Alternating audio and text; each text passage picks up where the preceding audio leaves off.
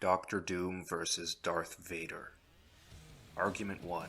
Doom's armor is far more powerful than Iron Man's. This is blatantly untrue. Doctor Doom's armor is far weaker than Iron Man's, and he has to rely on his magic to fight evenly with him. During a fight with Iron Man, Doom started the fight with his suit at an energy level of 97%. After mere moments of fighting, Doom's suit was down to an energy level of 22%. Doom was immediately overpowered, and had to resort to using magic to even the odds. You can't get any more clear-cut than this. Iron Man's suit is far superior to Doctor Doom's. When being generous, Iron Man is continent level. Since Doctor Doom's armor is far weaker than Iron Man's, it is either continent level or below continent level. If Iron Man, a continent level character, was able to drain his suit's power this much, how will Doom fare against Darth Vader, who can direct petatons of telekinetic power not only toward his suit, but toward his organs? Argument 2. Doctor Doom has massively faster than light speed. He can deflect Mjolnir, making him far faster than Darth Vader. Deflecting Mjolnir would be very impressive. Mjolnir can travel massively faster than light. So did Doctor Doom deflect Mjolnir? No, he didn't. People blatantly ignore the comic to make Doom seem as overpowered as possible. It's directly stated in the next panel that Mjolnir bounced off of Doctor Doom's force fields. Doctor Doom did not react to Mjolnir. Anyone who claims that Doom is fast enough to react to Mjolnir is either lying or hasn't actually read the comic book. Although Doom's armor is far weaker than Iron Man, Doom is fast enough to keep up with him. Iron Man's best combat speed feats are massively hypersonic, so Doom is around this level in speed. While Iron Man can use warp speed to travel in space faster than light, this is not applicable to his combat speed. Darth Vader is extremely fast, and has been shown to deflect many lasers at extremely close range. These energy beams are lasers and not blasters, since the beams are continuous and they are fired out of lenses, not holes. Assuming all of these lasers are firing at once and continuously, to block them all without being hit would easily make Vader faster than light. Vader's speed is also aided by his precognition. Argument 3. Doom's energy attacks can take down the Hulk, so Vader won't be able to deflect them. Doom's energy attacks are mostly magical, which the Hulk has no defense to. Most of the damage from his energy blasts is spiritual. This means that Doom can hit above his weight class by inflicting spiritual damage. The energy output of Doom's energy beams is not planet level. Iron Man has even said that Doctor Doom wasn't powerful enough to get past his shields. However, Doctor Doom can harm planet-level characters by bypassing their conventional durability via magic. This is similar to Ghost Rider's Hellfire, which can bypass durability by attacking the soul. Vader can easily deflect these attacks using his lightsaber, redirecting or stopping the beams in flight, or absorbing them. That being said, if Vader got hit by one of these beams, it would definitely hurt him and may even kill him. However, Force users are absolute experts at dodging and deflecting energy beams. Argument 4. Doom has survived his heart being turned to stone and his blood being turned to acid, so he will easily be able to survive Vader crushing his organs. The Marquis of Death, who was doing this to him, outright says death is moments away, showing that Doom is outright dying and would be dead soon due to this. Doctor Doom was not going to survive his heart being turned to stone, or his blood being turned to acid. He was about to die, which is obvious since he's lying on the ground writhing in agony. The only reason Doom survives this is because he gets sent to the distant past. Once away from the Marquis of Death, Doom manages to survive, likely by using magic to restore his heart and blood, which weren't fully turned to stone and acid, they were in the process of turning. Doctor Doom was dying because of this, so this is not a feat. If anything, this proves even more that Doom would not survive his organs being obliterated by a force crush. Argument 5. Silver Surfer was unable to exert his influence through Doom's force field, and if the power cosmic was unable to do so, the Force will be unable to do so as well. Firstly, it's directly stated that Doctor Doom has a device within his armor that absorbs the Silver Surfer's cosmic energy. This means that the Silver Surfer's specific power can be completely neutralized within Doom's armor. Silver Surfer is not able to use telekinesis on Doctor Doom because Doom has a very specific device to neutralize him. This is not applicable to Darth Vader, since this device has nothing to do with the Force. Since Doctor Doom actually managed to depower Silver Surfer, this shows that Silver Surfer's power is internal. Silver Surfer himself has even outright stated that the power cosmic bursts forth from him. Force users manipulate external force, while the Silver Surfer uses power cosmic within himself. Unlike Silver Surfer, Vader is not exerting his own power on Doom to crush him. He is using already existing force inside of Doom's armor to crush his organs. Most importantly, Doom's force field is not completely resistant to these types of attacks. Invisible Woman has exerted influence inside of Doom's force field, showing that it is not completely invulnerable from even standard psionic attacks. This fact often gets ignored by most people. If Invisible Woman was able to exert influence through his force field, Vader easily can as well, since the Force already exists inside Doom's armor. To give Doctor Doom credit, his force field is extremely durable. It can tank attacks from Mjolnir, as previously shown. It can also take hits from the Thing. Doom's force fields are more powerful than his armor, which is continent level or less. This means that we can assume that Doctor Doom's force fields are magical in nature, and not based on technology from his armor.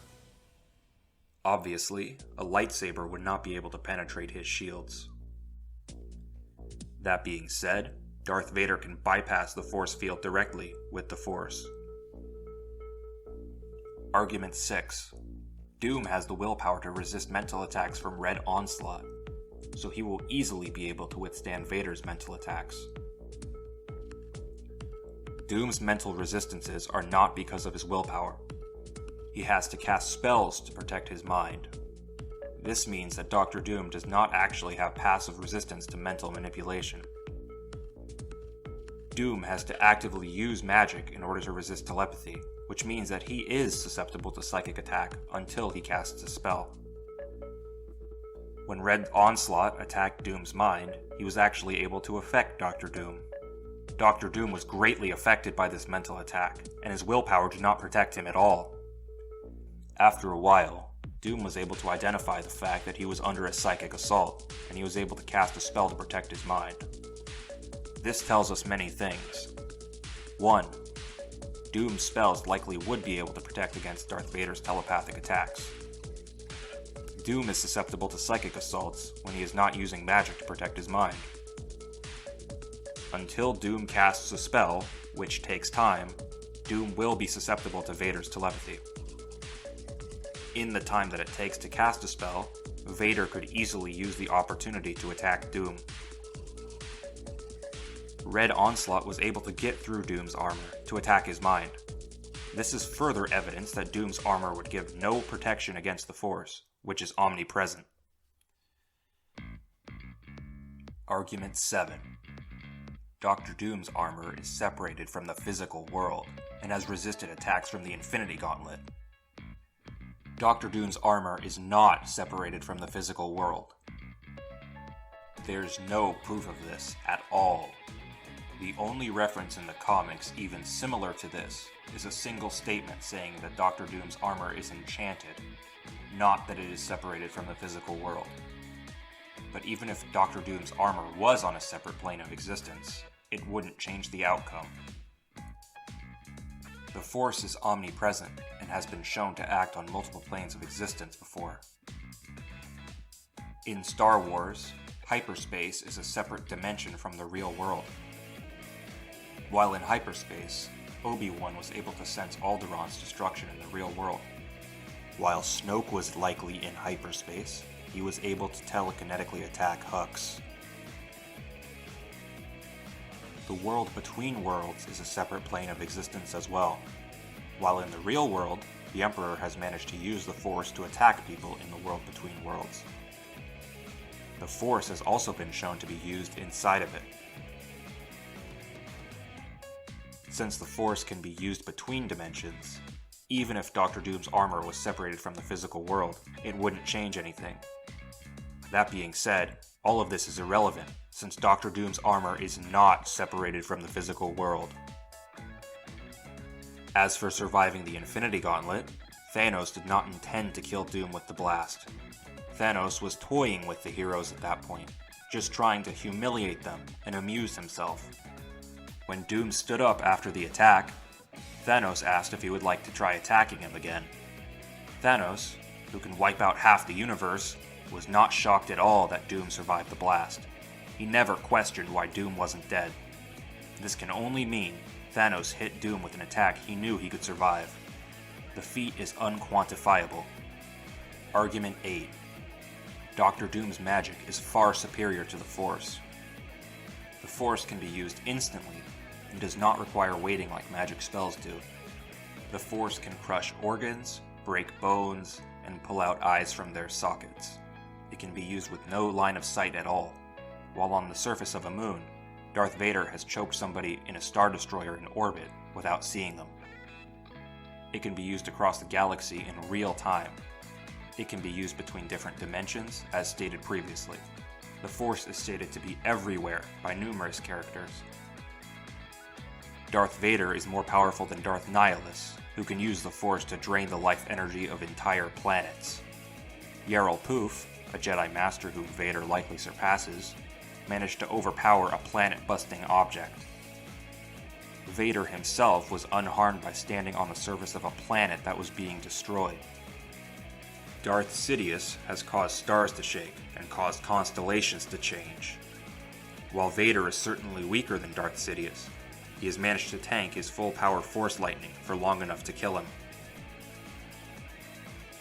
Magic requires incantation and gesticulation, while a Force attack is instant. Doctor Doom's suit may be able to prepare spells for him, but the spells still take time to cast. Vader can always attack him while he is casting spells. Magic is also drawn from a limited pool, since borrowing power from a source or a god is not the same as having infinite access to it. In comparison, the Force is not drawn from a limited pool. Additionally, Doctor Doom may have gone back in time and learned all there is to know about magic, but soon afterward he had brain damage and lost much of his magical knowledge. Doom's standard demonic summons can easily be cut down by Vader. However, if Doctor Doom summons the Mindless Ones, they may cause Darth Vader some trouble. The Mindless Ones are powerful enough to damage the Thing. That being said, with Vader being at least planet level, and the fact that he often goes straight for telekinetic attacks on internal organs, the Mindless Ones may be defeated by Vader as well. Doctor Doom's summoning is unlikely to play a major role in the fight. As magic spells take time to cast, Vader can easily crush Doom's organs, rip out his eyes, drain his life energy, or give his armor a powerful telekinetic thrashing in the time it takes to summon any entities. In conclusion, Doctor Doom's attack potency is continent level, since he's weaker than Iron Man. His speed is massively hypersonic via scaling to Iron Man's combat speed. His durability is continent level for his armor, and large planet level for his force field. Darth Vader's attack potency is planet level, since he's stronger than many other Jedi and Sith, such as Yarael Poof. His speed is relativistic to faster than light, aided by his precognition. And his durability is planet level with force augmentation. This isn't a situation where one character has no ability to kill another. In this case, both Vader and Doom have the ability to kill one another. If Vader just stands still and does nothing, Doom's energy blasts would likely kill him. That being said, Vader wouldn't just stand there and do nothing. Darth Vader actually has superior speed to Doctor Doom, and he would easily be able to deflect his energy blasts. Vader can crush Doom's organs instantly, even if he is restrained by the Crimson Bands. Doom's force field may be durable, but it offers no defense against the Force, since Vader can bypass it completely. In addition, Doctor Doom's armor has been significantly outmatched by a continent-level character, meaning it's likely that Vader is able to damage Doom's armor with his telekinetic power. Vader's telekinetic power, organ-crushing abilities, ability to drain life energy, and superior combat speed are too much for Doctor Doom. The winner is Darth Vader.